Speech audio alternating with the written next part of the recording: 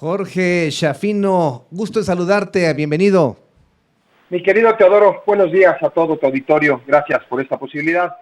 Apenas hace unos días, el Consejo Nacional de Morena determinó las reglas claras para las definiciones y el proceso que elegirá al menos a la candidata o candidato de ese partido político a la presidencia de la República. Al menos habrá que felicitar la intención del presidente de la República en dejar claras las reglas y el piso parejo para quienes aspiren hoy a ser la candidata o el candidato de Morena a la presidencia de la República. Se deja claro que ni el presidente de la República, con su poder y su aún porcentaje amplio de aceptación y cariño del pueblo mexicano, podrá pronunciarse a favor de alguna o algún candidato. Se dejó claro también que la estructura del gobierno federal en el país, las delegaciones federales en el país, de las entidades de la República, gobernadas por personajes o actores políticos de Morena, tampoco podrán pronunciarse en favor de candidata o candidato alguno. Y esto incluye a las diputadas y a los diputados del Congreso Federal, de los Congresos de los Estados y de la Cámara de Senadores, desde luego de la Cámara Federal. Lo que no ha quedado muy claro, mi querido Teodoro, es que un gobierno transformador, renovador y de avanzada, como el propio presidente lo asume, es porque los últimos 2 años del gobierno federal, la aspirante a la presidencia de la República, Claudia Sheinbaum, jefa de gobierno del Distrito Federal, el secretario de Gobernación, Adán Augusto, el canciller de México, Marcelo Ebrard, y el senador de la República, Monreal, coordinador del grupo parlamentario de Morena en el Senado, han hecho uso indiscriminado de los presupuestos y activos de su posición pública en el gobierno federal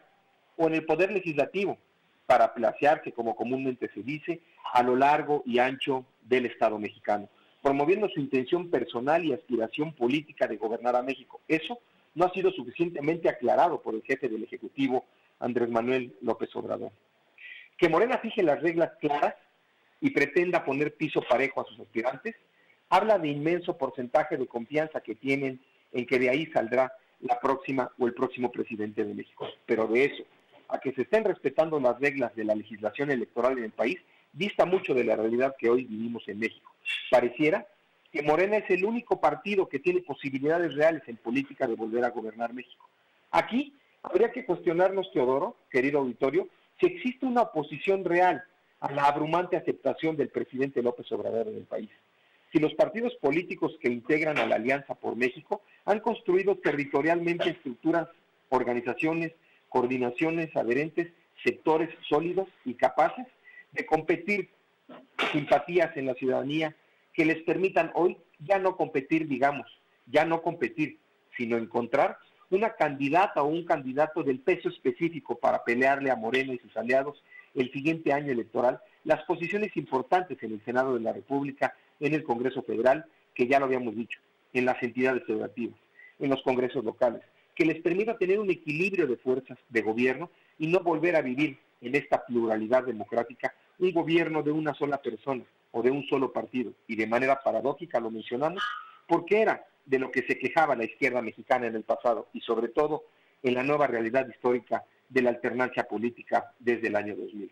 De aquí en adelante es preciso apuntar que una vez definidas las reglas para la participación del partido oficial en la búsqueda, decíamos, de su candidata o candidato, debemos también de empezar a situar en el concierto nacional cuáles han sido los logros y los objetivos planteados en campaña por el presidente Andrés Manuel López Obrador. Pero sobre todo, cuáles son los alcances de los logros y objetivos cumplidos en beneficio de la ciudadanía. Hoy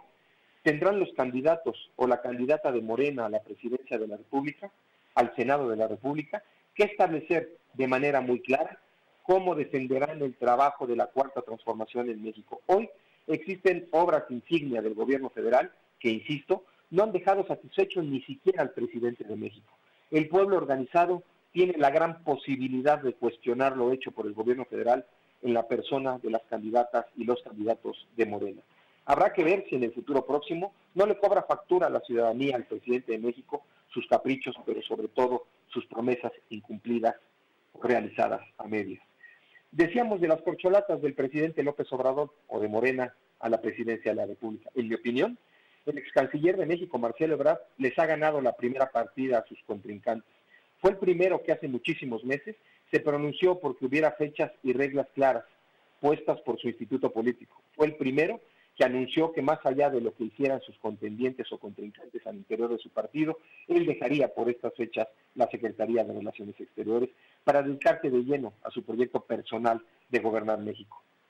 en la alianza con los postulados y la forma de gobierno de la Cuarta Transformación del presidente López Obrador.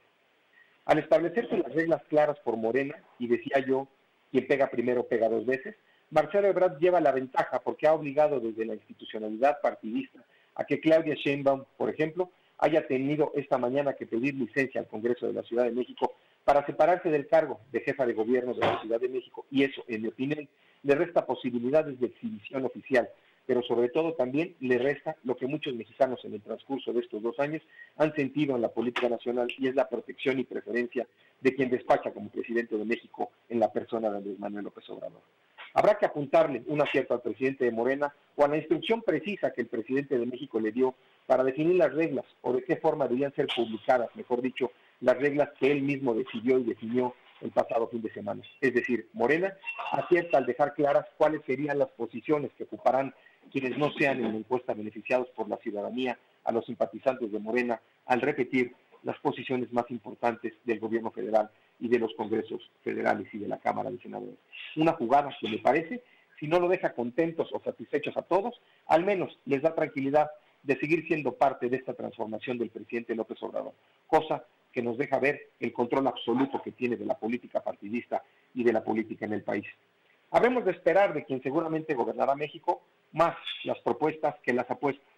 más las definiciones claras del México que necesitamos para crecer, la economía en el ámbito global. Ya no habrá posibilidad de que la candidata o los candidatos traigan artistas de renombre para satisfacer intereses meramente sociales y de promoción personal, conciertos y dinero que se gaste en México para atender temas que de nada sirven en el desarrollo de México. Habrá que esperar cuáles son las intenciones en materia de seguridad pública de cada uno de los candidatos a la presidencia de México por Morena. Habrá que esperar cuál será la política pública que le regrese la paz social a México, que hoy desgraciadamente no tenemos. Habrá que esperar en el concierto internacional de qué forma o cuáles serán las próximas relaciones internacionales en materia comercial, en materia de consumo, en materia de participación en las instancias internacionales en las que México pueda atraer inversión extranjera,